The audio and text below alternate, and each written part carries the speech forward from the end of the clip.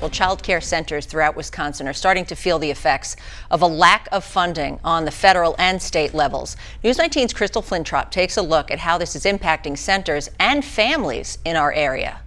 We had something in this community that was great that's kind of really getting ripped away from us. The Childcare Counts program was created to stabilize and sustain the childcare industry, helping to pay operational costs, higher wages, and ensuring that providers could remain in operation during the pandemic. But that funding is running out in 2024, and state legislators rejected Governor Tony Evers' $300 million proposal within the biennial state budget. I really see probably a lot of other small businesses closing their doors because they can't make ends meet, or even large businesses for that matter.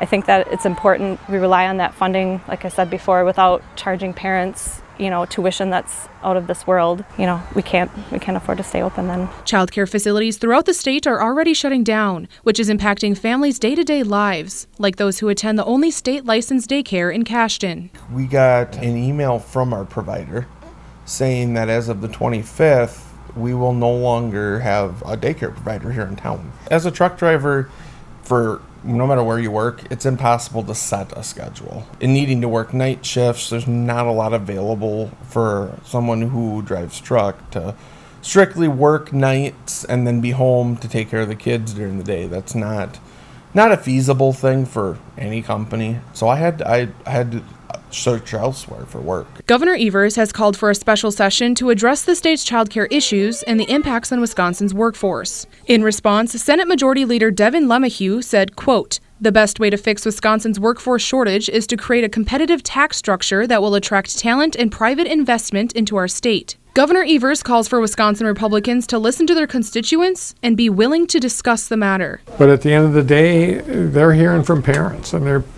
parents are taxpayers, parents are voters, and they expect that they should do the right thing. Let's at least have a dialogue about it. I'd say most legislators have had their children in childcare at one time or another. As childcare facilities close, parents are looking for answers. Where's the help?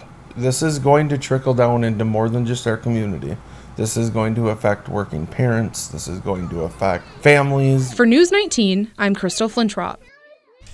Now, the governor is proposing to invest $1 billion using a portion of the state's $4 billion budget surplus to prevent the collapse of the state's childcare industry. And he also says it'll bolster, that is, the state's workforce.